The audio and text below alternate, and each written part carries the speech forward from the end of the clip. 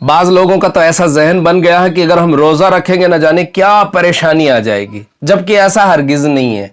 اگر دنیا میں آپ تھوڑی سی تکلیف برداشت کر لیتے ہیں، پیاس کو آپ برداشت کر لیتے ہیں، جس پر اللہ نے اتنا بڑا ثواب بھی تو رکھا ہے۔ محبوب علیہ الصلوۃ والسلام کا فرمان ہے کہ جو انسان روزہ رکھتا ہے تو روزے اور قرآن اس کی شفاعت کرتے ہیں کل قیامت کے دن اللہ کی بارگاہ میں۔ روزہ کہے گا اے پروردگار عالم، اس بندے کو میں نے دن میں کھانے پینے سے اور نفسی خواہشاتوں سے روک کے رکھا تھا، میری شفاعت اس کے حق میں قبول فرما لے۔ اللہ تعالیٰ قبول فرما لے گا۔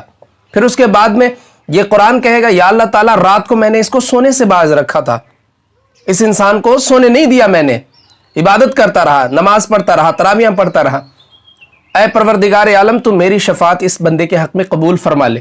اللہ تعالیٰ قبول فرمائے گا اور اس انسان کی بخشش ہو جائے گی۔ تو سارا کچھ میرے دوستو یہ دنیا نہیں ہے، آخرت اس کے لیے کون سوچے گا؟ ہم نے صرف